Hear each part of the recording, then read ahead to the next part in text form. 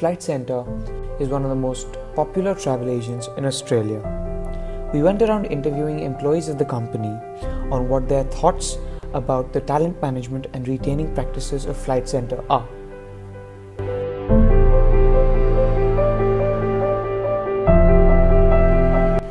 The stages of recruitment that we went through to get into Flight Centre was first with a phone interview, then we had to do an online test, and then you go in for a group interview, and then the next stage is a smaller group interview, and then once you get the job you have 5 weeks of training in the head office. The amount of communication that you receive throughout the recruitment process is probably every 48 hours to 72 hours. So they try and get people who have applied into the actual head office within a really quick period of time. So I think it's actually really good. This also happened, I started working at Flight Centre 7 years ago, and with the people that I employ now, the same process would be occurring. My performance is measured monthly, quarterly, and yearly. It's basically a measure of how many targets I've achieved and how many I've missed. They then evaluate me and suggest to me various ways in which I can improve upon next time. I really think that this method of measuring performance helps me not only as an employee but also as a person. Firstly, it helps me stick to the track and not deviate, which keeps me focused. Second, it gives me my freedom to create my own business model within the system. So that way I can train my employees and work the store as per our customized requirements.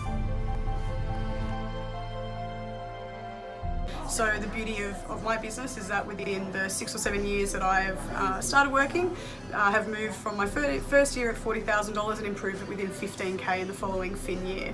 I think this is a really great model for people because then you can actually be able to have a little bit more of a control over the type of way that you earn your money. We do get holidays that Flight Centre pay for if we do hit a certain amount of targets, so we are incentivised a lot. Well, Flight Centre has its own courses for new employees or employees who lack particular skill sets, which they can take whenever they're free.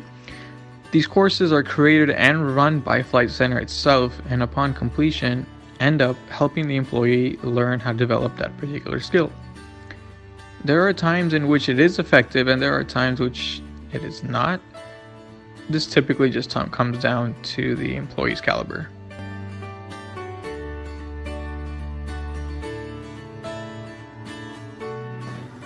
The type of personal development initiative programs that Flight Centre have made available to me is that I've been able to speak all over the world, whether it comes down to women within leadership positions. We get personal leadership training as well as coaching for our teams. I do have 5 businesses within the inner west, so for me it's about upstaffing my team, but also making sure I'm on top of everything that I need to be on top of to ensure that they actually get the best chance of being profitable within their own business, and then they hit their targets and make money. The difference between my previous employer and Flight Centre is the amount that they care about their employees and invest in them. There are about 5 to 6 people in my team, and there is about $10,000 to $15,000 per person per year that is invested in our development and training here.